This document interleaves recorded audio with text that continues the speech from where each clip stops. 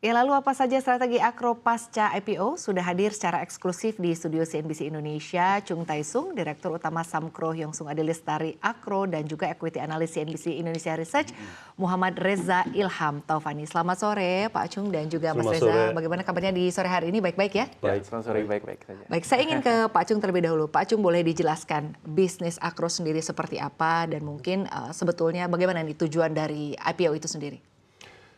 The Samkro, as you explained, as you introduced, we are very specialized in manufacturing hook and loop or tape brokat, the basa. And with the IPO, I think we are gonna expand, a little faster than our plan. And our brand positioning will be much strengthened. And the financial status will be much more stable. Yeah. Oke, lalu selanjutnya sebetulnya ini kan sudah berdiri sejak 35 tahun ya. Ya, 35 Artinya tahun. sejauh ini kalau dari sisi bisnis sendiri atau mungkin dari kinerja perusahaan seperti apa sebelum akhirnya memutuskan untuk IPO? Sebelum IPO, saya harus bicara tidak ada bedanya gede. Tidak hanya bedanya yang prospektusnya, prospektus yang masa depan ya lebih much better karena kita ada dana bisa kita berinvestasi mesinnya sama yang mungkin di karyawannya dan sama yang materialnya mungkin kita yang bisa pakai yang material lebih baik. Ya, begitu. Baik, artinya dengan mengambil langkah IPO begitu ya, diharapkan tentunya akan mendapatkan dana segar ya untuk kemudian membeli mesin-mesin atau juga mungkin material-material lain ya yang dibutuhkan oleh perusahaan. Saya ingin menanyakan ke Mas Reza. Mas Reza, tanggapan Anda terkait bagaimana pergerakan saham dari Akro ya sejak pertama kali melantai di bursa. Anda sendiri melihatnya mungkin secara prospek saham Akro ini akan seperti apa?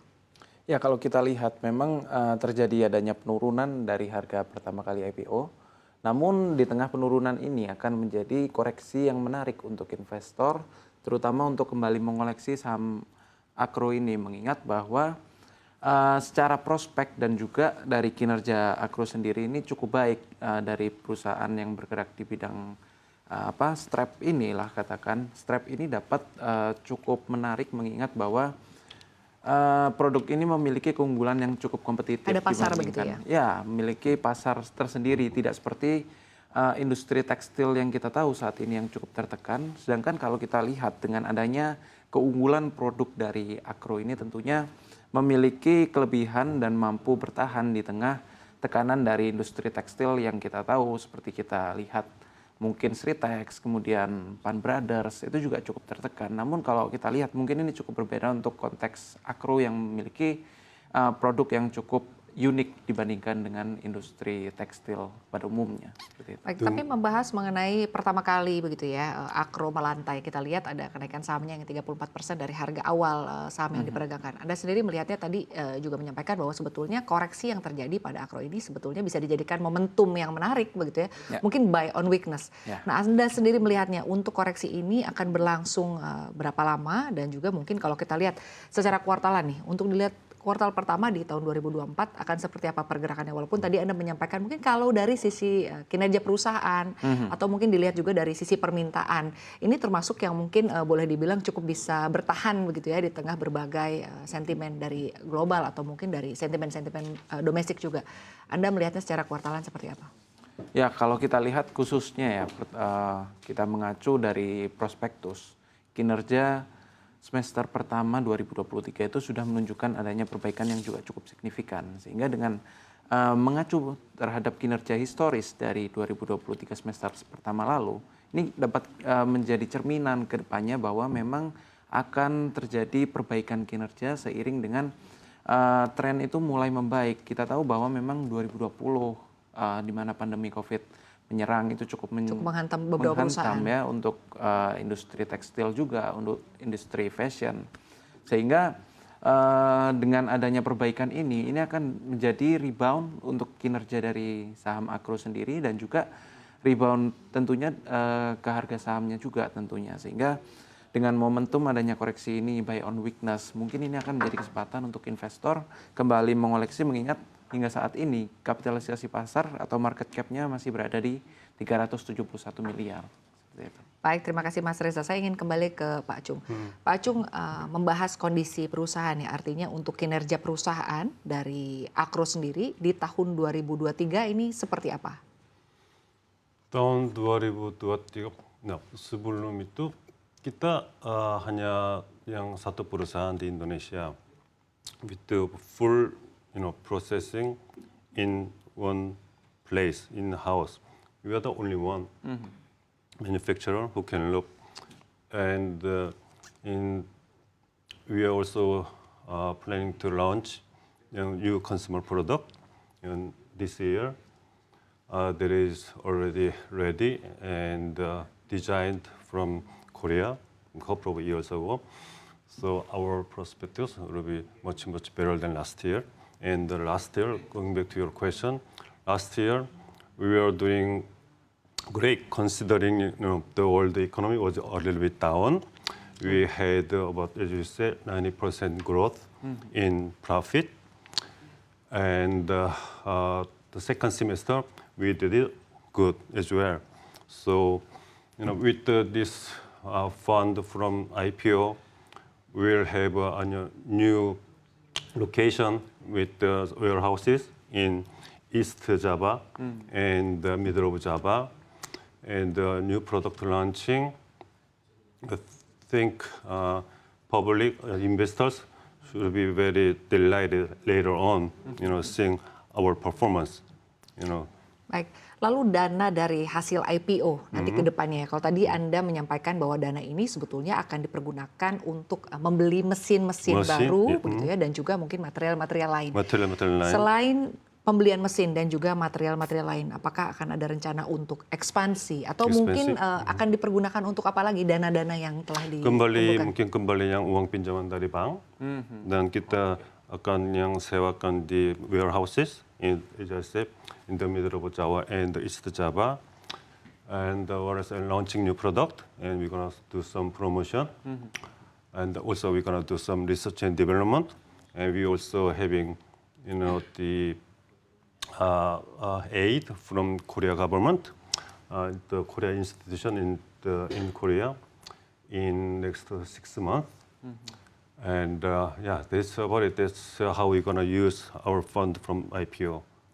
Oke, terima kasih Pak Chung. Saya ingin kembali ke Mas Reza. Mas Reza, Anda sendiri melihatnya begitu ya, kalau dari sisi kinerja, sebetulnya Akro ini seperti apa? Kalau tadi Anda membahas bahwa sebetulnya sahamnya pergerakannya akan menarik begitu ya, mengingat bahwa sebetulnya ada pasar begitu bagi produk-produk yang memang diproduksi oleh Akro. Bagaimana Anda melihat ini? Ya, kalau kita melihat sebenarnya memang seperti yang sudah dijelaskan oleh Pak Chong juga, bahwa memang salah satu yang dapat menjadi indikator bahwa kinerja dari Akro akan membaik, bahwa memang dana perolehan dari hasil IPO ini dimanfaatkan sepenuhnya untuk pengembangan bisnis, baik itu untuk capital expenditure, capex, dan juga operational expenditure. Sehingga dengan adanya capex ini akan menjadi potensi bahwa memang akan ada pertumbuhan yang lebih besar dengan adanya penambahan mesin baru dan juga penambahan material. Dan penambahan ini tentunya akan mendorong dari kinerja dari Akro, sehingga ketika nantinya dari mesin-mesin baru tersebut sudah terutilize penuh, ini akan dapat menjadi pemacu untuk dari sales, hingga bahkan bottom line tentunya ini akan menjadi semakin lebih baik untuk kinerja dari Akro sendiri. Apalagi juga akan memproduksi produk-produk baru begitu ya, yang Other consumer product. Ya, baik. Masih ke Mas Reza. Mas Reza, Anda sendiri melihatnya ini kita sedang berada di tahun politik ya, begitu. Ada beberapa perusahaan yang memang mengambil momentum tahun politik ini untuk kemudian melakukan IPO. Bagaimana Anda melihat ini? Apakah ini memang benar-benar dimanfaatkan oleh beberapa perusahaan begitu ya untuk bisa melakukan IPO di tengah tahun politik? Ya, tentunya ini akan menjadi semakin menarik tentunya untuk Akro sendiri terutama ya, mengingat bahwa tahun politik akan erat kaitannya dengan kebutuhan produk-produk garmen, produk-produk untuk tekstil digunakan untuk kampanye, mungkin ada baju kampanye dan lain sebagainya. Tentunya sentimen ini dapat mendorong dari laju untuk sektor consumer cyclical sendiri, dan dengan adanya kenaikan dari sektor ini dapat memiliki keterkaitan untuk saham Akro sendiri, mengingat bahwa saham Akro juga berada di industri yang sama, berada di consumer yang juga merupakan cyclical, sehingga sentimen kenaikan dari sektor ini dapat mendorong kenaikan harga saham juga tentunya untuk saham yang berada di dalam sektor tersebut.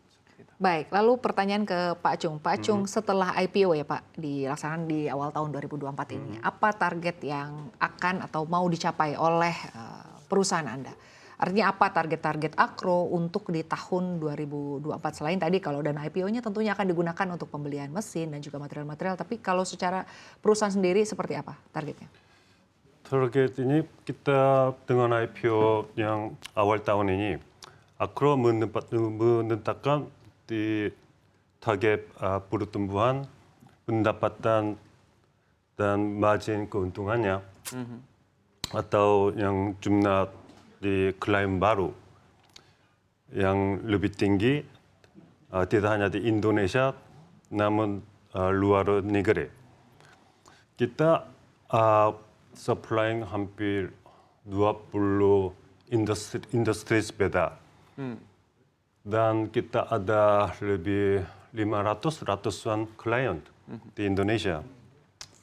Mereka semua manufacturer, bukan yang di middleman or the distributor. Mereka semua yang manufacturer barang jadi seperti sepatu, sarung tangan, toys, aviation, furniture, everything, including automotive.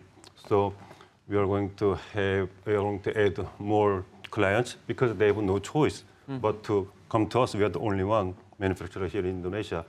So we'll be having much more new clients, and with this IPO, and we're going to have a much higher, credit, from our potential clients. So that's probably our target, with this IPO. Lalu untuk di tahun 2024 ini, untuk target ekspor sendiri, target ekspor dari Akro seperti apa? Target ekspor tidak terlalu tinggi, yes, to be honest with you, but we are going to probably send some containers to UK and possibly to US. US was our primary market, but with the China and everything, we kind of berhenti, sending goods to US. But this year, I'm very harapan kirim container the goods to US, and we also have Turkey clients. They are very kind of regular, and we also have India. So our export sales this year would be, more or less 30 or 40% higher than last year. And with this IPO fund, it will be much easier, to reach our goal, I guess. So the export will be depend on the request, right? Yes. Oke. Selanjutnya ke Mas Reza. Mas Reza, Anda sendiri melihatnya untuk di tahun 2024 saham-saham Akro ini akan bergerak seperti apa? Kalau tadi Anda menyampaikan bahwa sebetulnya saham-saham di sektor consumer ini tetap akan menarik ya, utamanya mungkin saham-saham di sektor consumer cyclical. Dan Akro termasuk di dalam saham Sektor tersebut. consumer cyclical. Anda melihatnya seperti apa? Ya, salah satu indikator lagi yang perlu kita perhatikan adalah terkait dengan suku bunga. Bahwa kita sudah melihat lonjakan dari pasar US sendiri dan juga terlihat juga di pasar domestik dimulai dari akhir tahun 2023 lalu hingga IHSG mampu menyentuh level 7.300 meskipun hingga saat ini terkoreksi. Ini akan jadi daya tarik khususnya untuk saham-saham yang memiliki kapitalisasi pasar yang cukup kecil karena small cap di IHSG ini akan berpotensi mengalami kenaikan di tengah pemangkasan suku bunga karena ketika kita lihat saat ini pendorong atau penggerak dari IHSG saat ini masih besar dari saham-saham yang memiliki kapitalisasi pasar cukup besar sehingga ketika kapitalisasi pasar cukup besar ini sudah overvalue nantinya itu akan mengalami penurunan dan tentunya ini akan diimbangi oleh kenaikan middle cap dan small cap sehingga yang memberikan pengaruh cukup besar. Potensi dari saham small cap dan middle cap ini akan mengisi kekosongan dari penurunan dari big cap nantinya seperti itu.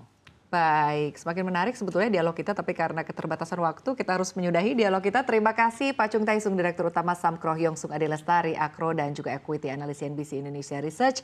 Mas Muhammad Reza, terima kasih. Thank you for Terima kasih. the discussion today. Thank Thank you you. so much. Terima kasih banyak, salam sehat dan sukses selalu untuk Anda.